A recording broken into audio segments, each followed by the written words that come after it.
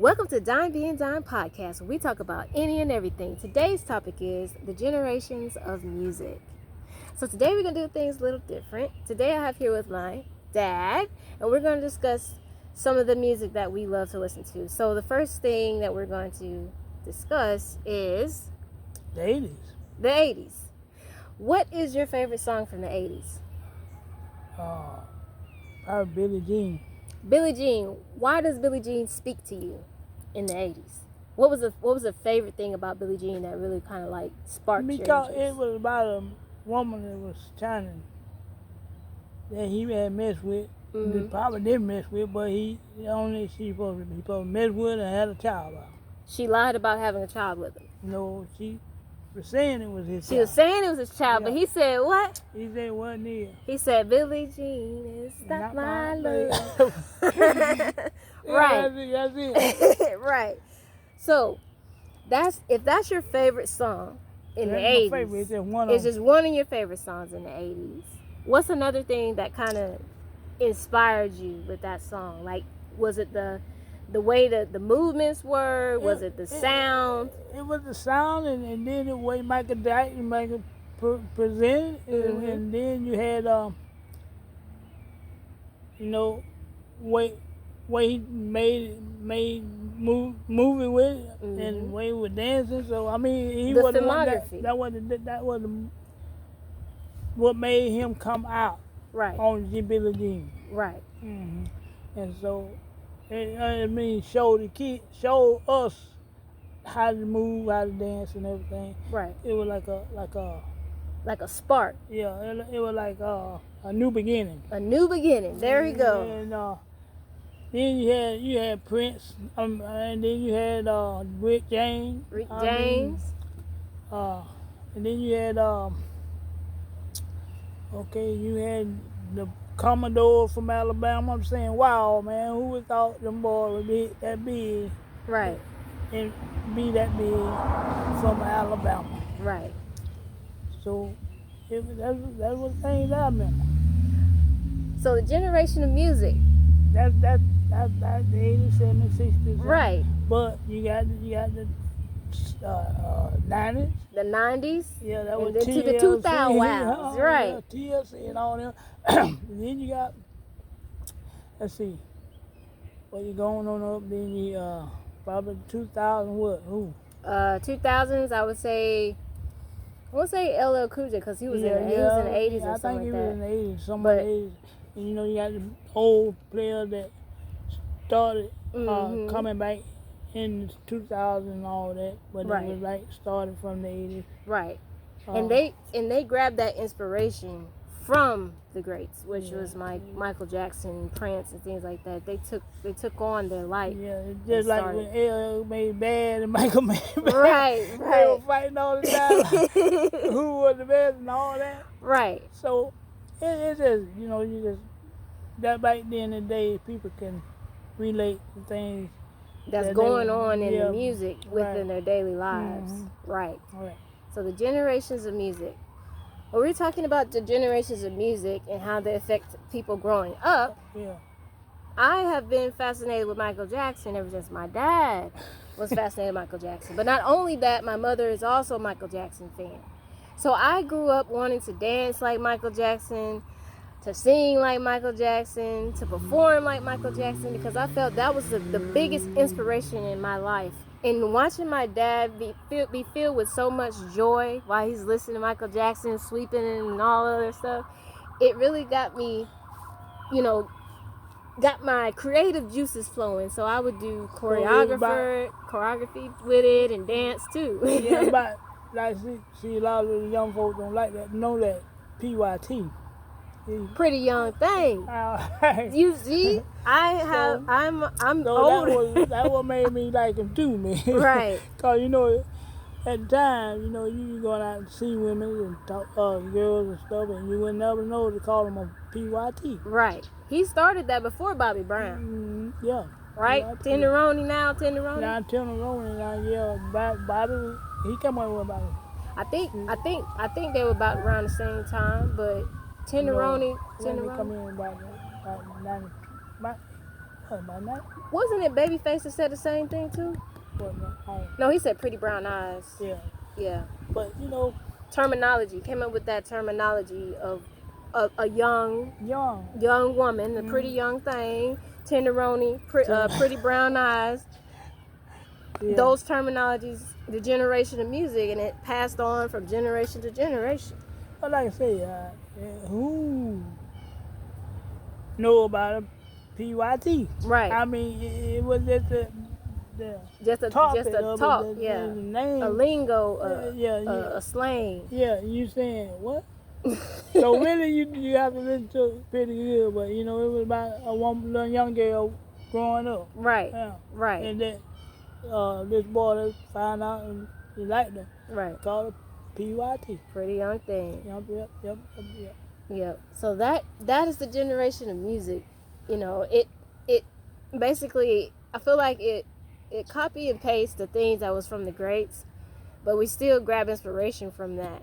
And then y'all had Chris Brown. Chris Brown took inspiration from Michael Jackson. Yeah. Right. And he doing his thing now, I'm saying. Yep. And Usher took inspiration from. And then you got Usher. Right. I forgot about Usher. They made it a new light, but it's still the same. It's probably still.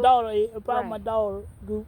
Yeah, no, I have an old soul. I'm talking about LL Cool J and Michael Jackson, and all of those people are very inspirational to me. TLC, because they were different. Missy Elliott, all of those people for the generation that basically kind of shaped my reality in music. Yeah. And basically created who I am today. Right. Because of the creativity that they partake in their music videos, in their songs, how they do their voices, and they mix and match things, and it's different. It's not like any generic song, with a catchy hook or something like that. It's basically a song that can live eons. It can keep going and going. Because now when people are listening to Michael Jackson and doing TikTok videos, and that's long gone. Like, come on, like we literally, the generation of music is never dying. Yeah. So that's basic inspiration. It's our neighbor, what I'm trying to say.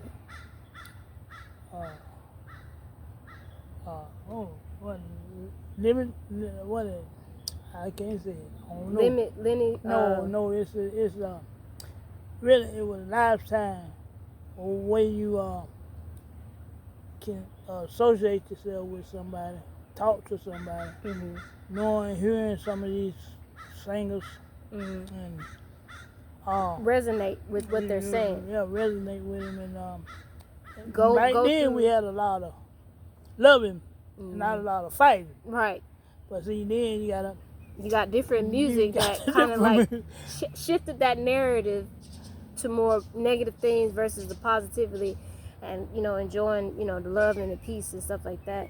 And once that narrative was gone, now you have the negative and the competition and all the other stuff. So that, I think that's where you're trying to say with that. So where is this all going? Well, the generation of music. Now we have Kendrick Lamar.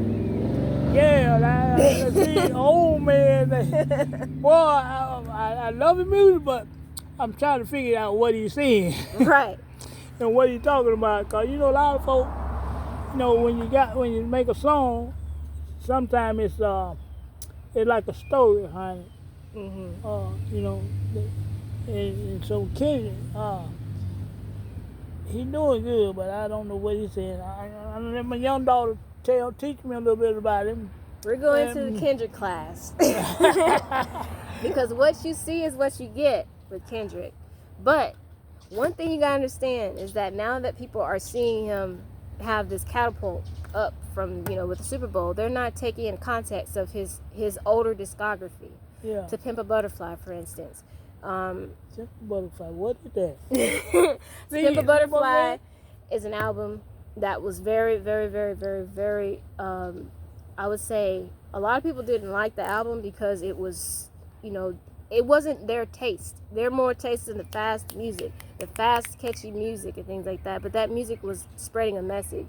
And the message could not be understood until you listen to the album multiple times. Well, like I say, back in the day, when I was getting my start, I used to go buy the album. We had stores that you can go buy the album, and you know, and you can go on and put it on the stereo, and you can listen to it. Now you gotta go to Walmart and see, look at all them albums and stuff they got in there. You can't find it, the one that you're looking for. Right, because now everything is stream based. Whenever you want to listen to music, it's on stream. It's on the internet. See, we young older folk don't understand that. Right. What did you talking about? Streams. And back in the day, everything was physical. Physical fans, you know, they would cast out their music and stuff like that, and they would promote themselves as a brand and build their audience, their fans from that music. See what I'm saying? Right. Stream. So that means you can go to the phone and run it up and dial it and get it. But back in the day, you had to go and run and search for it. Right, and then it'd be off the market. Now it's in heavy demand. It's in heavy demand, and you know, people have access to music and they cherish that music. They collect. It's like collector's item. But with streams, you know, you stream it, you always have it forever, and you have subscription based and things like that. But you don't have it, you know, in your hands. No, you know, you can't take it and, you know, take it with you. Can take it with you everywhere, but you don't have it in your hands. That you can look at the album and look at the design on the album cover. Yeah. Peel the sticker back, you know what I'm saying, and put it in a nice little display case. You get ready to with your stereo. Right. And only it seems like most people when they get their records and things like that, they hang them on the walls. Like if they get their platinum album, they hang them on the walls. That's the only thing hanging on the walls. There's not any like people are streaming. They're not taking it. You know, the music was precious, and it wasn't as accessible as it is now. Yeah.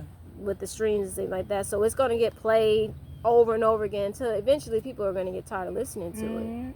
But when you have an album, you cherish that album. You take that album, you know, in different daily lives. A spider was crawling on you. Got it. See, dang spiders dropping on us. Yeah, we under the tree. Right. So, with that being said, Kendrick Lamar, my dad does not understand the importance of Kendrick Lamar as far as like with me, because I like to break things down. So I'm gonna break things down too. Yeah, so you gonna tell me a little bit about him? He's stuck in this generation of music where it's like this type of music that's being played. I don't understand it. I can't understand the words. I can't this and that and the other. Yeah, just like Luther. Right, Luther and just take him out of the radio. Right, but no, Luther. He was giving back. He's basically giving back to the greats.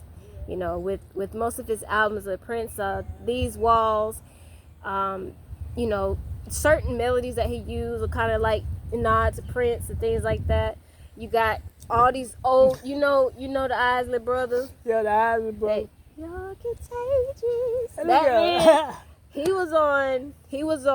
I think it was not We Gonna Be Alright, but he was on. What's the name of the song? I Love Myself. Yeah. He was on that. He had the boots. He was doing the dance and stuff. My dad's finna watch this. His name, I mean, the one you love is Mr. Big. Yeah, Mr. Big. Yeah, that's his name. Mr. Big. That's the person that was on the video. Run out of it. Yeah. But Mr. Big is a song he made. Yeah. That brought him back out like a long time ago. Right. Yeah. So now we're gonna go through the Kendrick Lamar course. Kendrick Lamar, you know, he's a poet. Yeah. So first and foremost, his music comes from poetry. Yeah, that's something I can relate to. Because when you hear it, you got to be into poetry. Right.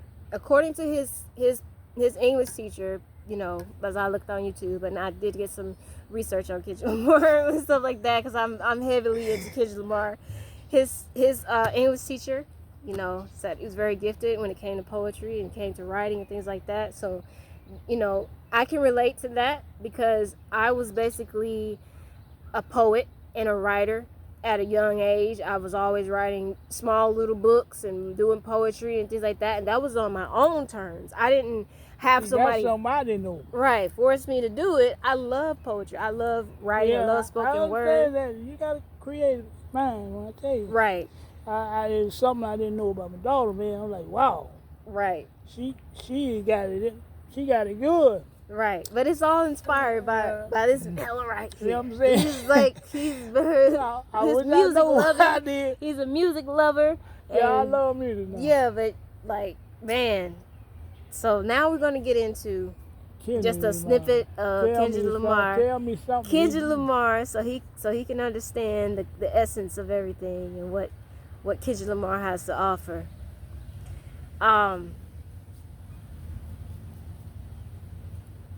It's so many in this discography, but we're gonna go to something that's kind of familiar, but kind of I don't know. Like, it's hard to kind of show my dad like what the first one that he needs to see to understand Kendrick Lamar, because he is a complex man. He's not just a simple, oh, this is what he does, and this, no, he is a complex man.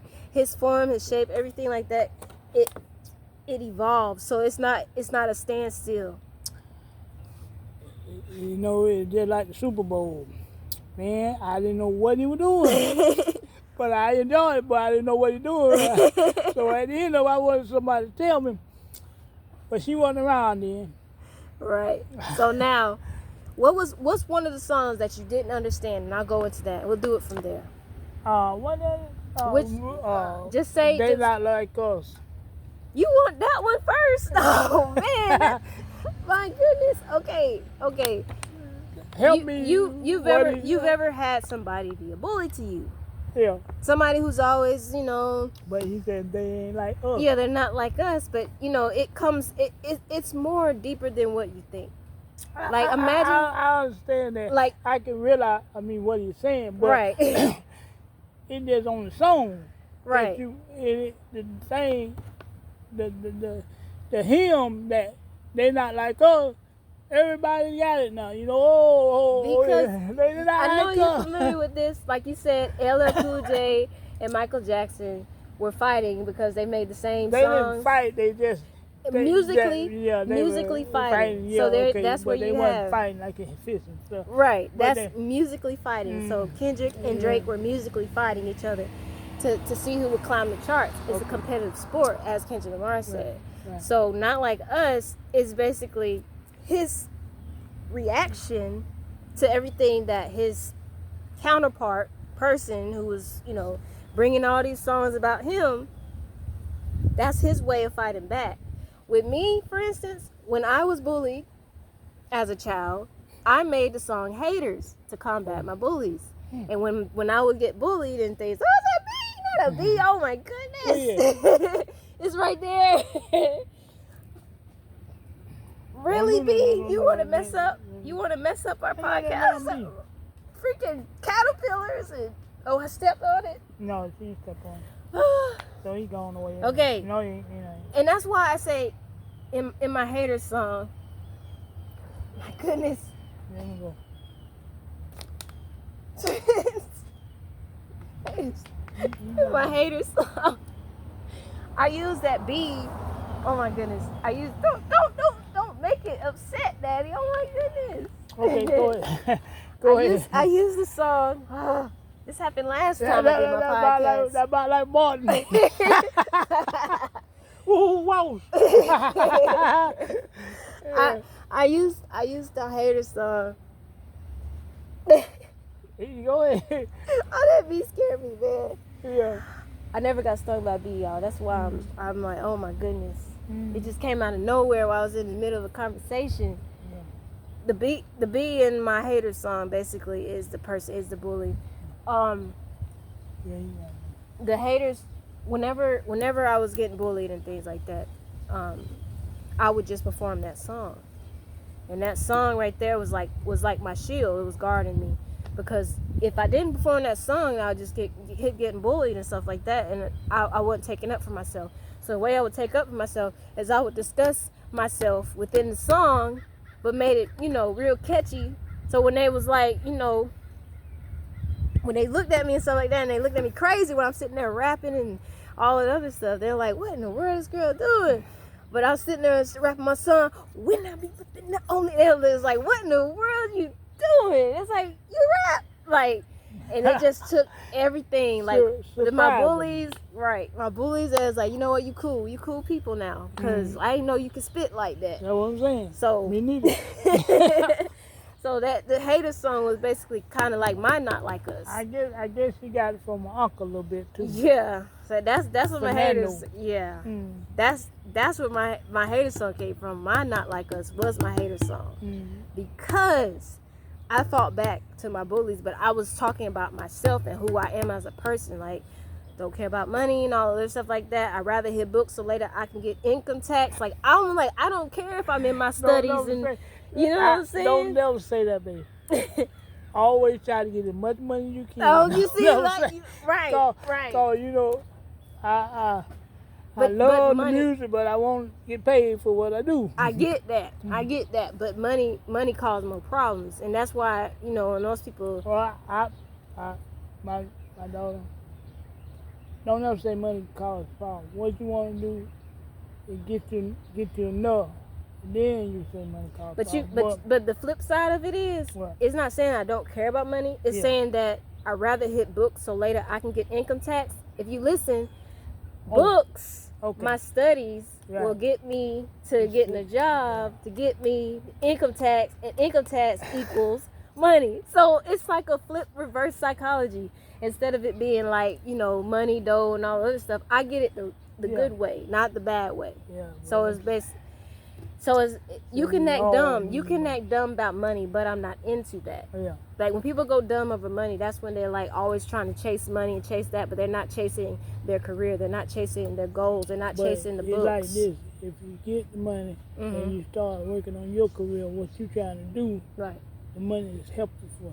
Yes. But if you don't get it, see, then you got to struggle to do what you're trying to do. Right. And that's why I flip it and I say that, you know, the income tax part. But in a sense, I am talking about my studies first, because in school, this rap was about school. This was in my school days. Yeah, This wasn't when I was in high school about to go to be, you know, this was like, hey, you know, y'all got this going on and y'all Elementary care school. about all this money. That may, I would say not elementary, I would say like junior not high? high school, junior high. Okay. Right. So they have all this going on, you know, trying to get money this way, but I'm over here just in my studies. And they picked on me because I was always in my books. Study. In the book. In my books, sporty, glasses. sporty. Right. I said I done came from being dorky for a very long Right. time. You can hate me if you want to, but I'm still gonna shine. Keep these haters choking up from my lime green slime. So like, Lime green. right. So basically what I'm saying is, Lime down. right. What I'm saying is, I done came from being dorky for a very long time. You can hate me if you want to, but I'm still gonna shine. Keep these haters choking up from my lime green slime. Now the slime part, I know you seen Nickelodeon when they throw the slime on people and stuff like that. You know, it's a funny thing to say. Now people like, dang, why you say that's nasty? No, slime to me is like my swag. It's like how I carry myself and stuff like that. And they're like, like, man, like she really knows what she talking about. That's basically like, you know, you choking up from that. You choking up from the way I do my life, the way I carry myself as an individual. Like I'm not out here being this person for this person. I'm out here doing this for myself. And like I don't care if I'm like, you know, I got glasses, I'm dorky. I don't care for being dorky, meaning I accepted the fact that I'm the way I am as an individual, you know, being who I am and not being accepted by other people because I'm the way I am. And I'm just overly not mischievous. I'm overly achieving, you know, what's the word? Goal. Yeah, trying to achieve a goal focused on, you know, the bigger things in life versus the small things in life. You know, cutting up in class and all. I was not focused. I was focused in my studies. I was focused in, you know, being my best, doing things 100%. And that's got irritated people, got under their skin, because I was the one in school where everybody was like, dang, why she such a teacher's pet? I always got to get people in trouble, and blah, blah, blah. And it's crazy because I was literally like, I was head of class and I was taking names and stuff like that because the teacher, they wanted me to watch over the students like I was the teacher. And I got to eat at the teacher's table because of how I cared for my schoolwork. But enough about that. Back to the Not Like Us. The Not Like Us No, was they Kendrick's not way, was to say that the person that was bullying him through the songs and trying to get, So he was good poetry wise. But Yeah. he got bullied that was as his a- way a young of biting kid. back. Okay. So, but I'm still. It blew up because everybody was watching the battle between Kendrick and Drake. See, I didn't know he was with Drake. I mean, Drake was saying all kind of stuff on his music because he was battle. Yeah, the battle. They were Battle rap back in the day. West and East, wasn't it? West and Well, no, that we ain't over. talking about Tupac and Biggie. We talking about a generation like where you got rappers who rap consciously, and you got rappers who rap about nothing, just partying and all other stuff. Kendrick is a conscious rapper. He raps about things that's going on in the world. He makes you think when he raps. Like he has a whole dictionary or whatever when he raps. But Drake, on the other hand, he raps about Drake stuff to just make give him you a song dance, and to just make start- you shake your booty and all other stuff, he just and give not, him a song and and- just go on. huh? He didn't get the song going. Well, he was the king of songs. Like his songs that play in the clubs because he's the one making all the people dance and stuff like that.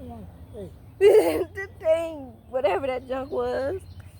So that's why Not Like Us blew up, because they was trying to see basically the bully, see if the bully was going to get stumped by the person who yeah. he's Kendrick, he's like a homebody. He like to stay home and stuff. He's not a party goer like that. Okay. So we're gonna get into this because Not Like Us, but But it's just, I'm saying recent, a couple I've been watching on TV. right. He done got a lot of stuff now, man. That right there. He on the Gatorade commercial now. Peekaboo. I ain't seen him on Peekaboo, but I guess an old man trying to get.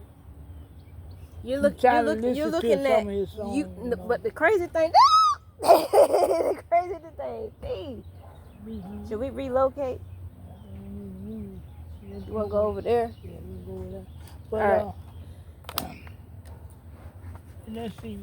You need to go in the 80s and 90s and see what's all that. Yeah. So, one commercial break.